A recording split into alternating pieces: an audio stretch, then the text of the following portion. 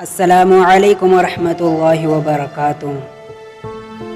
مولوی اور ولی کس کو کہتے ہیں؟ چلیے آج جانتے ہیں کہ مولوی کس کو کہتے ہیں۔ جاننا چاہیے کہ صرف عربی پڑھنے سے آدمی مولوی نہیں ہوتا، چاہے وہ کتنی ہی عربی جانتا ہو، عربی میں تقریر بھی کر لیتا ہو، تحریر بھی لکھ لیتا ہو۔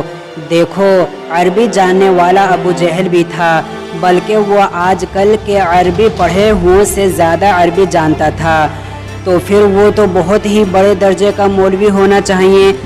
حالانکہ اتنی عربی جاننے کے باوجود اس کا نام ابو جہل ہوا، تو صرف عربی جاننے کا نام عالم یا مولوی نہیں ہے، بلکہ مولوی اس عربی جاننے والے عالم کو کہتے ہیں جو متقی پرہیزگار ہو اور محسن اعظم حضور صلی اللہ علیہ وسلم کے طریقے پر عمل کرتا ہو، آپ کی سنت کا عاشق ہو، کیونکہ مولوی میں نسبت اور تعلق ہے مولا کی طرف، یعنی مولا والا۔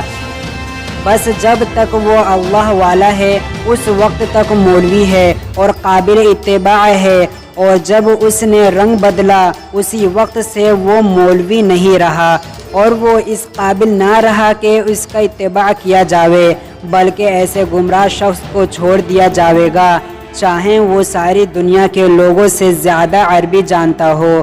خوب سمجھ لو، چاہے وہ خدا بنتا ہو، نبوت کا دعویٰ کرتا ہو، دین میں نئی نئی باتیں نکالتا ہو، وہ شخص مردود ہے، مردود ہے۔ اسی طرح آگے ہم جانتے ہیں کہ ولی کس کو کہتے ہیں۔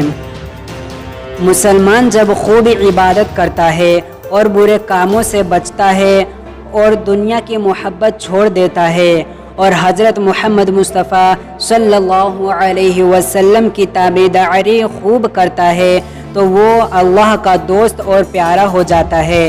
ایسے شخص کو ولی کہتے ہیں۔ ولی سے کبھی کبھی ایسی باتیں بھی ہونے لگتی ہے جو اور لوگوں سے نہیں ہو سکتی، ایسی باتوں کو کرامت کہتے ہیں۔ اگر کوئی شخص شریعت کے خلاف ہو اور اس سے کوئی ایسی عجیب بات ظاہر ہوتی ہو جو اور لوگوں سے ظاہر نہ ہو سکے، تو وہ جادو ہے یا اس کا کوئی کرتب۔ ایسے کرتب اور جادو تو کافر جوگی وغیرہ بھی حاصل کر لیتے ہیں، ایسا شخص ولی نہیں ہو سکتا۔ ولی لوگوں کو کبھی کبھی بعض باتیں، بھید یعنی غیب کی باتیں، جاگتے میں یا سوتے میں معلوم ہو جاتی ہے، ایسی باتوں کو کشف اور الہام کہتے ہیں۔